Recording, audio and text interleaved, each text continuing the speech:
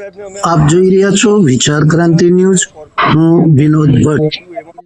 Nadiad builder association દ્વારા Nadiad collector કચેરી ખાતે કલેક્ટરશ્રીને પોતાની માગણીઓ પૂરી કરવા માટે કલેક્ટર સાહેબને અમે આજ રોજ આવેદનપત્ર આપ્યું છે કે નડિયાદ કોર્પોરેશનની અંદર જે અમને D2 એમાં મૂકવામાં આવ્યા છે, જેમાં અમારે નવી જમીનો એમાં 40% કપાત થાય। એક દાખલા તરીકે આજે 10,000 વારની એક જગ્યા હોય તો એની અંદર 40% કપાત થાય એટલે સીધી 4,000 વાર જતી તો વધે એની અંદર 6,000 વાર। એ 6,000 વારની અંદર બી અમારે લગભગ 35% અમારે પ્લાનિંગના જે કાપવાના આવે રોડ કોન્ક્રીટ ને બધા થઈને, તો સામાન્ય ડેવલપર કે ખેડૂત જોડે વધે ફક્ત ને ફક્ત 4,000 વાર। હવે જે વસ્તુ પહેલાં અમે નગરપાલિકામાં હતા તો ખાલી અમારે 25% કપાત હતી, અને એ ધોરણના આજે નડિયાદની અંદર જે ડેવલપમેન્ટ થઈ રહ્યું છે, જે ફ્લેટ બની રહ્યા છે, જે અત્યારના હાઈરાઇઝ બનાવવાની વાત કરે છે, તો એ અમને પોસાય એવું છે જ નહીં આ પરિસ્થિતિમાં। જે વસ્તુ તમે સીધી 40% કપાત કરી દો, હવે જે 100 રૂપિયા વસ્તુ હોય એના સીધા છે 200 રૂપિયા થઈ જાય તો કોણ માલ વેચાતો લેશે? અને નડિયાદ હજુ એટલું ડેવલપ છે નહીં। આ તો એવું થયું છે કે ભાઈ અમને પેલું બાલ મંદિરમાંથી સીધું અમને TYની પરીક્ષા આપવાની વાત કરે છે।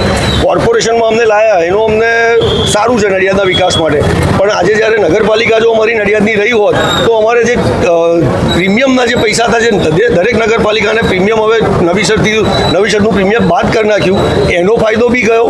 એ ફાયદો જતાં અમે જ્યાં નવામાં આવ્યા તો ઉપરથી 40%નો અમને ગેરફાયદો થયો।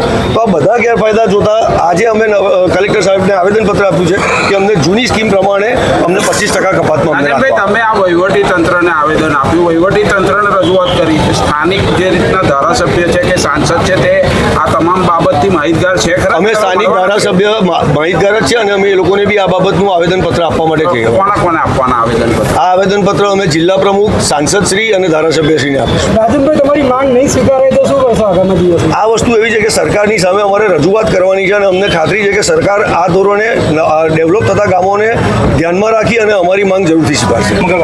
સમગ્ર માહિતીમાં એવું છે કે નડિયાદ મહાનગરપાલિકા જાહેર થઈ ત્યારબાદ નડિયાદને D2A કેટેગરીમાં જાહેર કરવામાં આવી છે, તો તેમાં જે 40% કપાત કરવામાં આવી છે એની સામે અમારે વિરોધ છે, કે જેનાથી મધ્યમ વર્ગ તથા ખેડૂત મિત્રોને ખૂબ જ નુકસાન થાય એમ છે। તેની માટે અમે કલેક્ટર સાહેબને રજૂઆત કરવા આવ્યા હતા કે આ કપાત જો બાદ કરીને અમને આપે તો દરેક મધ્યમ વર્ગ, ખેડૂત તથા નાનામાં નાના વર્ગને આમાં ફાયદો થઈ શકે એમ છે।